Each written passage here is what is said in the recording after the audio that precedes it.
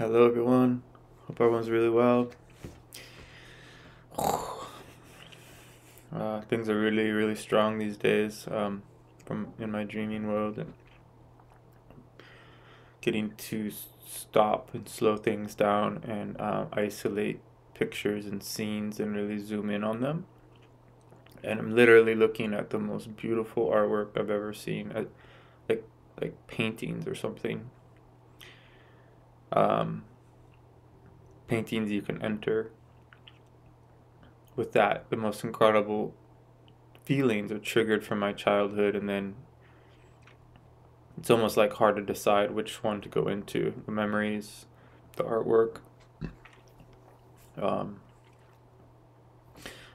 it's just been really, really profound. I've been learning some new things, and in that learning, it's been validating my intuition, and that just surges your confidence when you come across people who are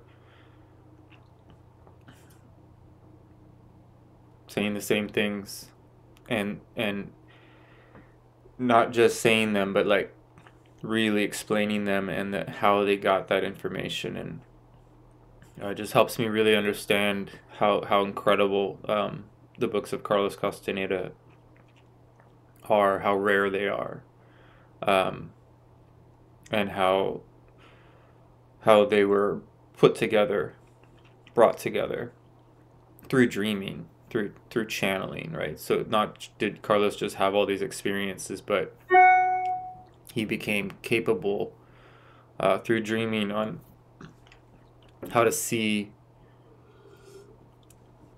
um, how to format the book.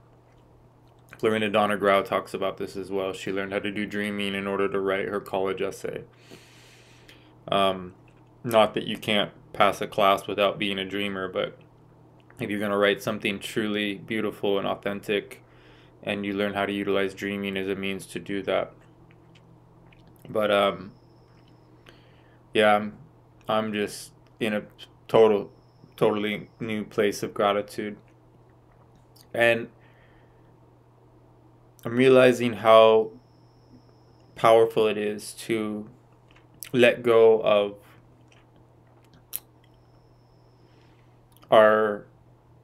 this idea that there is an opposition. Everything is happening so that we can become aware of ourselves. Therefore, there is no actual opposition.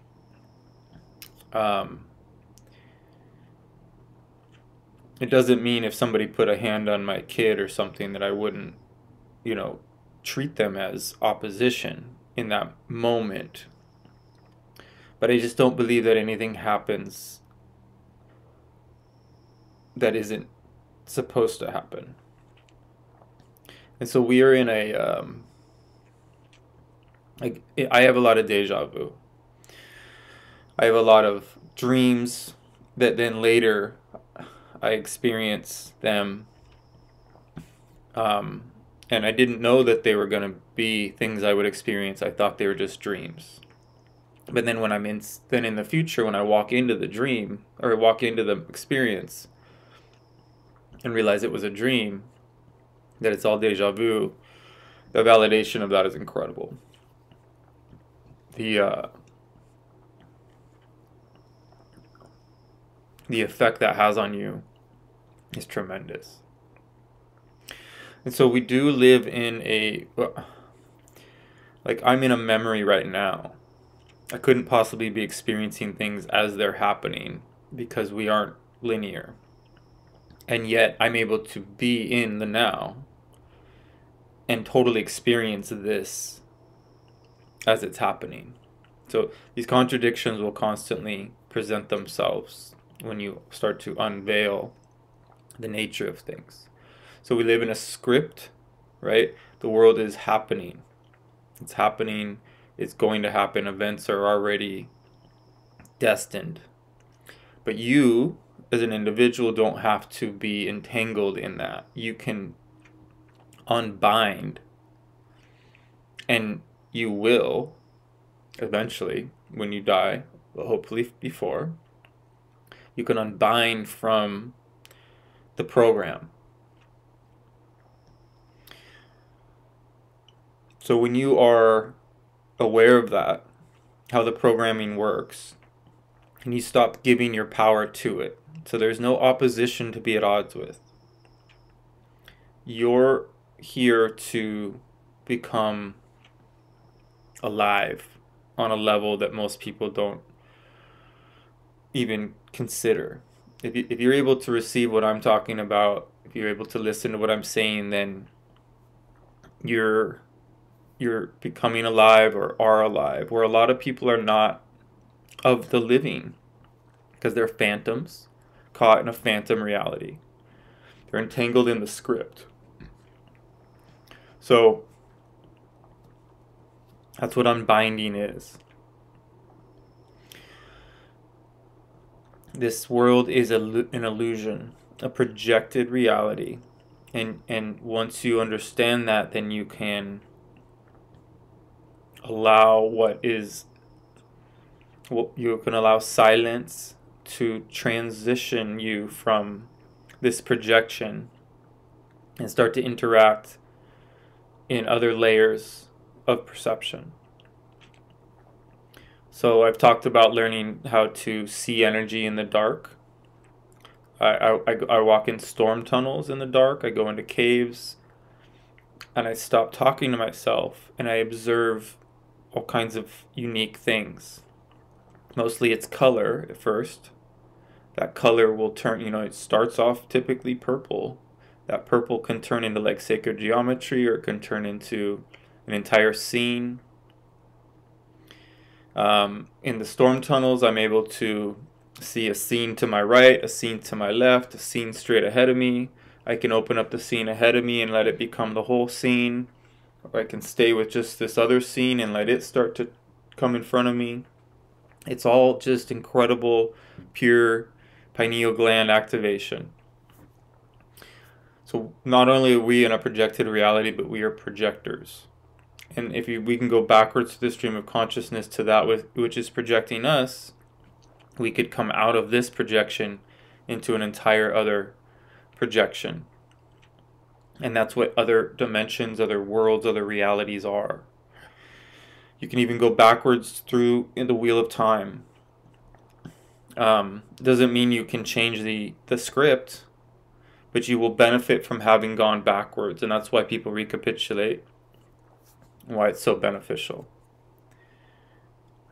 It's come up recently, the other method of recapitulation is really rare, really for advanced people, but some very gifted ones are doing this. If you can just reach your cells, just directly reach your cellular level, you can hang out and stay there. You gotta stay there. The world's gonna constantly try to pull you out, right? Like glue. Like we're glued to all the fears and thoughts of this world. But for advanced dreamers that can stay in silence, you can go hang out, put your awareness inside of your own being, and go and be in your cell on a cellular level and just clean them up. You just run light, love. Your cells want love, right? That's why cancer occurs. It's not because of what you eat. That can, acidosis is cancer, so you can't, there's got to be a combination of things, but primarily, when a cancer cell is just a cell that's become isolated, lonely, and it starts to it doesn't know what's wrong, so it tries to replicate itself, and that's what causes cancerous tumors and all kinds of things to grow. Is just through the kind of a misunderstanding. And so that's why it's weird to try to throw supplements or drugs or things at something, because then the body's confused, because the body knows how to heal itself. But it needs love. It needs intent. It needs purpose, power, engagement. We have to communicate with our with our body, which is not actually a physical thing, but it's pure energy. So just because we're not physical, because atoms can't contact each other, right? So there's more space between atoms than there are atoms in a sense. So that, and in reality, we aren't separated. You and I are not apart. We're all in one. We're all one, and we're all one in one place. But we're having the experience or the illusion or the projected reality as if I live in Seattle and you live in California, and I can get in my truck and go and drive and see you in this dream sequence. But the reason long distance healing works so well is because there is no distance at all. And when you're not, sometimes long distance healing works better than close up healing because there's less fears and physical projected mistrust, things of this nature. So in the Toltec books, they say it doesn't matter how much personal power you have, it's a matter of how much you trust it. And that's very true. Most people, there's a lot of people with a ton of power, but they get caught in it, and then they don't trust everything. They trust some things. They trust concepts. They trust even their power, but they don't trust the collective. They created opposition, or they believe in opposition, but there is none. Everything that's happening is so that you can discover yourself, which you are that which bestows awareness. So you are the creator force. And the creator force is pure love. You are pure love. Trusting in love. Trusting that love is boundless and infinite isn't something that just happens overnight, right? You have to kind of have enough experiences in which you follow your intuition, and that intuition leads to a profound experience, or many, in which you really, your heart just becomes gracious through gratitude. Gratitude is essentially all that is the energy necessary to become whole. And it can be really hard to have gratitude when you spend a long life without it. So ego deaths can happen to change that. Often you kind of have to stop listening to people or looking to others to tell you how to do it. You have to find a way to truly get honest with yourself about what you just actually want to do in this moment. And if you keep following what you actually want to do rather than what you think you're supposed to want to do, then you'll get to who you are and what you're about. And you'll shed the fear. It's this rare state of perception called the place of no pity. There's a tremendous amount of alignment and trust that occurs when you stop feeling sorry for yourself and others. It's very scary to turn off the distractions and just be. But there's a breakthrough that happens eventually. Trust is a state of alignment and connection that allows you to follow your truest dreams. And a lot of us still have these projected dreams. What we thought were going to be our dreams as kids, or what we were told what kind of dreams were available to have.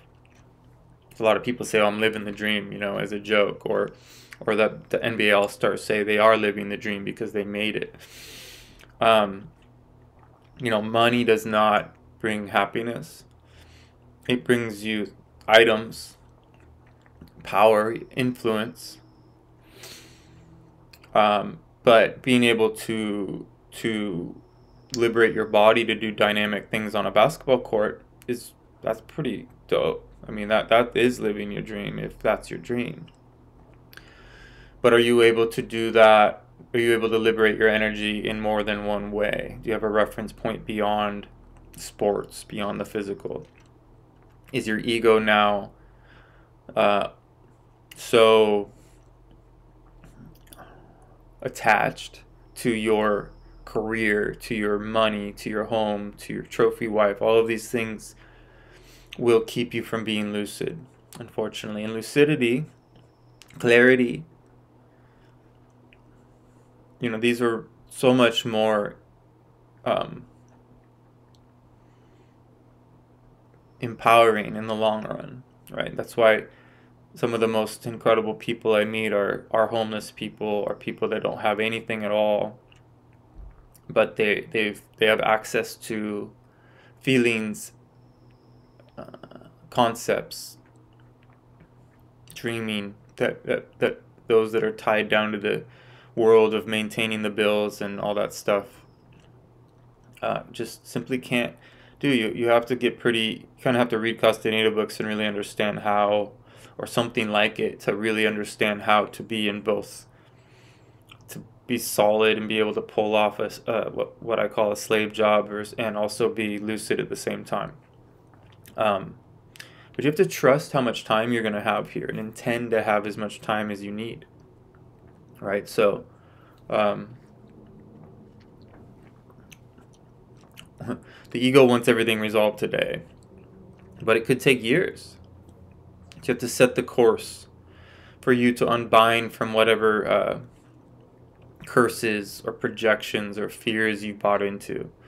People get all into numerology and stuff and say, oh, well, I'm a number this and that, my life path number, so that means this is going to happen to me. Well, you just projected a reality onto yourself. Or your astrology, or all these things. Oh, this is who I am, this is what it means. You don't need any of that to discover yourself, to have intuition. In fact, people that have the life path 33 say they're gonna this is their last lifetime, and so they're just like, oh, cool, everything's great. It's like, well, I talk to these people. They're not pushing the river and chasing they're not going after anything with any intensity, and I don't think they understand that there's so much to gain from having struggle. And if you try to take that struggle out, you can get confused and become complacent. And I'm not saying push the river as in sense try to change what's going on in the scripted world. I'm talking about having the intent to hone and develop your skills within your reality, which is not caught part in the script. You get to do whatever you want once you understand the power of intent. You get to completely have the most incredible life. But it's not going to be based on your ego mind. It's going to be based on you listening. Because your higher self, your future self, is constantly informing you. And when you can really receive that trust and an understanding of how beautiful you are, your future is, then you can let go of trying to control and make things just so here in this world. So you can't change the events that are coming at us as far as the collective. But when enough of us unbind from the projected pressure to keep us individuals from having dynamic experiences, then the collective will be changed because of that. So we are like hacking. We're we're going inward to that which unlocks the resources within your own luminous field, and then you cleanse your auric field, and then you're able to receive all the light needed, right, to shift your reality. Not the outer one yet, but when enough of us, enough human mass occurs, very powerful evolutionary path it's already in the making, right? So really cool things are coming in the collective script, actually. As I've said, we're in a time where those who have been in power are transferring it to another people who are in power. And it doesn't mean that the people who are taking out the old guard are good, you know. They're just doing that so it looks like things are going to be... It's just the deep state taking out the deep state. And then and a lot of people have bought into that and think, oh, everything's amazing and we're going to all be free. That's not how it works, right? So we're there's always the yin and yang. There's always going to be these incredibly unique challenges that come with what we consider to be opposition. But there is no opposition. There is just events occurring that are really magical. Everything's magic.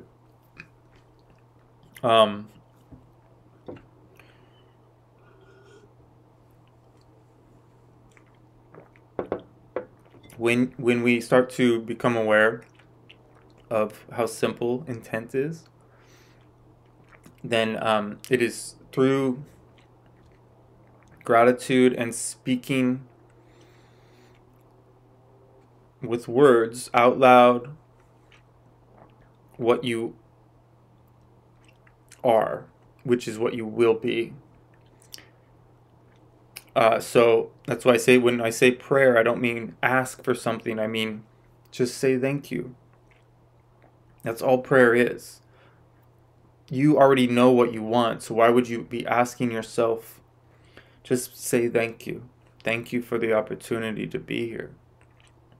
And if you don't feel that way, then there is a whole different sort of avenue, a journey to take to feel that way. And it's admitting to your pain and utilizing that which is available to you to shift that. And there's support that exists. There's free resources. There's books. There are the universe. A window of opportunity will open as long as you believe that there is one. If you tell yourself there are none, then there are none, right? Because that's how powerful you are. So this is where trust comes in.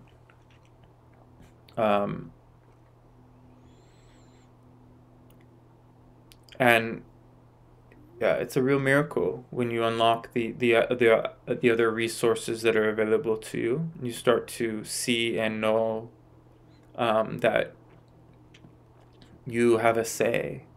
In fact, you are the only one that has a say. Which is, can be terrifying, but it's also beautiful. A lot of us want to hand our power over to something so that we can blame something outside of ourselves. So I get a lot of people asking me, DMing me, so-and-so did this to them, so-and-so said this, and then when they said this, then it became true. And yeah, I get it. I know how easily we can take on other people's projections or believe in certain types of what people call magic or curses. I just hope that you guys find a way to not be at odds with this world and all that's in it, because it's truly just constantly providing everything you need. But because what you think you need is different than what you need, then you remain at odds with what's happening. If you're having a really difficult life, it's likely that you had a really incredible life, or having another incredible life and a parallel life to balance it. That's why shamans seek to meet their parallel being as a reference point. And when that starts to happen, you start to feel your parallel self doing certain things. You'll get these huge jolts of energy as if, because your parallel being is going through something intense. It's kind of difficult. So you do want to go slow on this path. Don't try to fast forward things. You can intend to live a really long life. But when you leave here, it's okay. You're gonna laugh at all of this. If you took yourself seriously, you're gonna laugh at that. Now, if you've managed to have enough ego death that you don't have to leave here in the same way that others do, then you can have an alternative form of dying, according to Toltecs, who learn to see energy in teams. They learn to witness what death looked like. And they say it's actually a very beautiful thing. That we are a luminous cocoon, and inside of this cocoon is encased all of these, a fog of crystals is released. And those crystals are all individually aware. And they all escape your cocoon and start to travel away. And then all those individual consciousnesses become individual again, just like you are an individuated conscious of the collective or of the whole. But as those fog of crystals start to separate, if a shaman can have what's called a shamanic death, they allow those crystals to start to separate, and then they call them back. And then they just unbound from the physical, became individuated consciousness in all these thousands of different formats, and then pulled it all back, and then they just become a collection of all those consciousness, and then they feel that. And therefore you're changed forever. You're never going to take the physical world seriously again. And because you've been able to do that, you're no longer bound by the laws of the physical world. So that's not an ego death. That's a shamanic death. That's a totally different thing.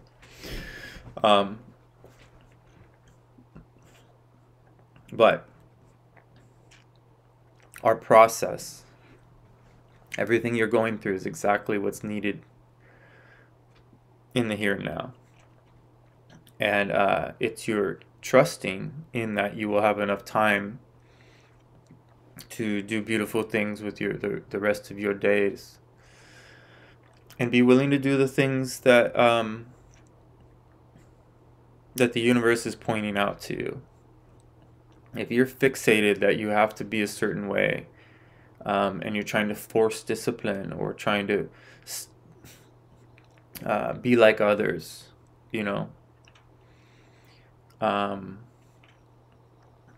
you're going to miss out on your personal future self informing you, and then you won't be able to purify your auric field, which is your luminous cocoon, which is a torus field.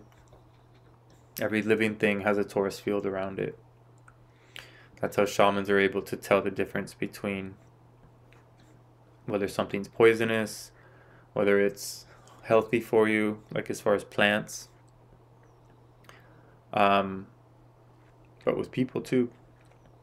And there are many phantom beings in this world as you start to become free that are going to try to pull you back.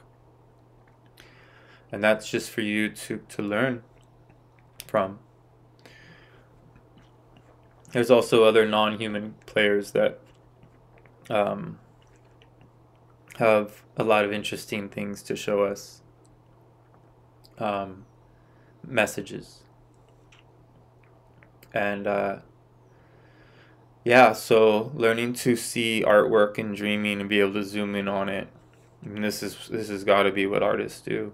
I didn't realize, but the ones that are really gifted are able to probably pull it up in their dreaming, because it's not like looking at some idea or imagination. I'm looking at the most incredible, just pure art. And then being able to then just keep that in my being forever. You know, I will never not see that, because I was so captured by it. So I promise you, it is very much worth becoming lucid and being able to do this kind of observation. And it does take a little extra something, you know, to activate what we call the active side of infinity. And I've told you guys, I am just a novice compared to like my teacher, who could just dream circles around me. But that didn't make him a balanced person. So what we're looking for are people that are heart-based, balanced, beautiful, loving, open, expansive, creatures of love that can become lucid, so that it isn't just power-hungry shamans or power-hungry this and that is affecting the human mass. And we are in a new time, in a new age. There's a lot of revelations that are going to come out in this fall and in the winter. A lot of change is coming. It's going to be very helpful for some of us, and it's going to be really difficult for others, because people are attached. People want things to be a certain way. But those of us that want to see breakthroughs, you're going to get to. But just remember, it's everything's a trap. This is just a world of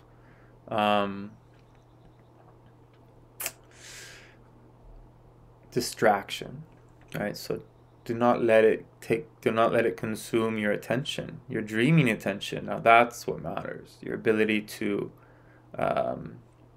access your intuition and utilize it in a lucid way. So if you don't have a lot of lucidity yet, start with your intuition. You have that. I know every one of you has intuition, but you're letting things, according to a lot of messages I get, you're letting other people project onto you how life is supposed to be, and that you think because you don't have this or that you're not kind of keeping up with the Joneses or whatever. The journey you're on is very specific to the power that you have. So whatever you're going through represents how incredible you are. If you're going through some hard shit, it's because you're a powerful person. You got a lot to offer, and you're being kept from it. That's not a curse. That's just the nature of the way things work. But there will come a point after many, many lifetimes where you've accumulated enough parallel lives that you are able to transcend and see through these things and shift your consciousness to become activated and really bring in that extra beautiful energy that is needed. Sunlight, being able to sun gaze, being able to receive light directly to your being. This is a type of trust this is a type of love that will open your heart and help you to become a trusting person. Not trust in others, because there are no others. Trusting your intuition will allow you to trust your guidance system, and therefore when somebody's speaking to you, you'll know whether or not you can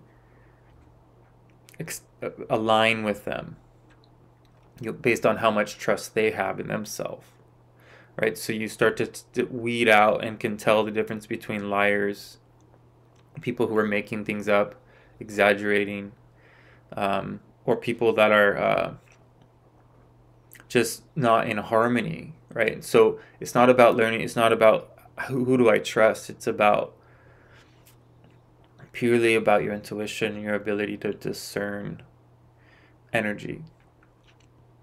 And it's nothing against people that you can't, if you realize, oh, they're exaggerating, they're not being realistic.